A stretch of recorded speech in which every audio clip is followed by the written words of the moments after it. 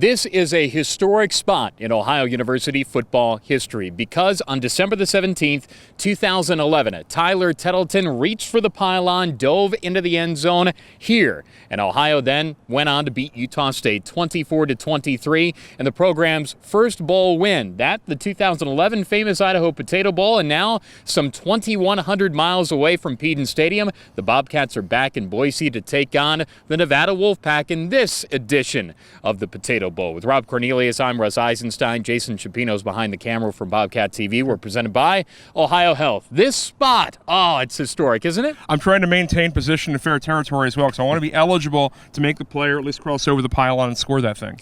This is where it all started. This is where the bowl winning began. Ohio has won 4 games in total. This would be the first time that Ohio has won back-to-back-to-back bowl games in program history. So this is historic, and potentially this win over the Wolfpack, if Ohio gets it, would be too. No, it was a great win. It was great television. It was great radio. It was fun to watch. A Utah State team with a bunch of pros on it, Wagner and Turbin. That was a good squad, and Ohio came here and got it done late. So we talk about the amount of days, 2,939 days removed from that time, and also it's been 38 days since Ohio on game day played their last game and blowing out the Akron Zips. Rust maybe, but the team's ready to go. Yeah, the team really has been aggressive this week, good at practice. Again, they closed the season on 2 high notes, albeit ones you expected against Akron and Bowling Green. 5 weeks off, good form, and again, what do winning teams do? They get extra practices in December. This team's gotten them. All told, you had 2 3-point losses in November, but you outscored Bowling Green and Akron 118-27 in the final 2 weeks of the season.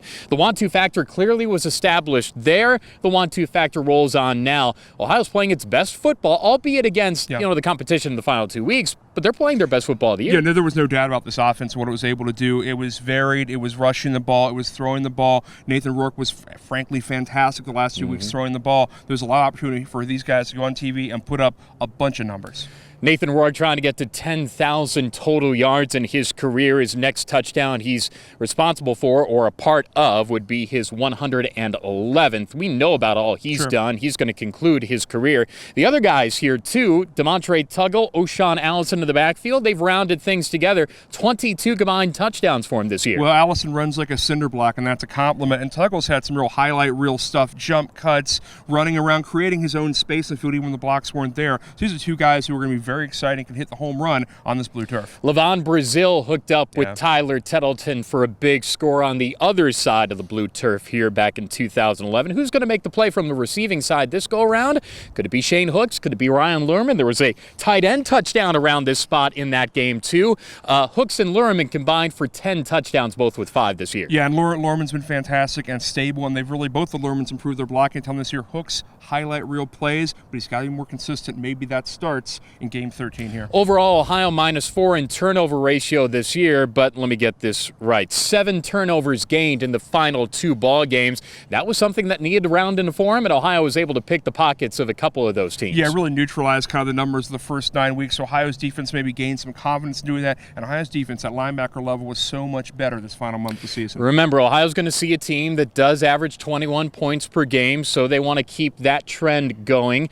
But also, this is a defense that gave up some points, the Pack. Ohio's shown the ability to put the lights up on the scoreboard and really mash the opposition. Get it? Yeah, they've not been in a ton of real high-scoring games. You mentioned that. Yeah. And again, they're not going to throw over you. They have 13 passing touchdowns to go with 13 picks on the year. That's 1 a week. That's not terrifying. Back on the blue, back on this spot, and where on this field will some painted green and white moments occur? We'll find out on Friday. Well, they're painting the logos on there right now, drying them off. We'll see in a couple days. Happened back in 2011. Can it happen 2019, 2020 here in Boise as Ohio takes on the Nevada Wolfpack in the famous Idaho Potato Bowl? Happy New Year, everybody. We're presented by Ohio Health. For Jason and Rob, I'm Russ. This is Bobcat TV.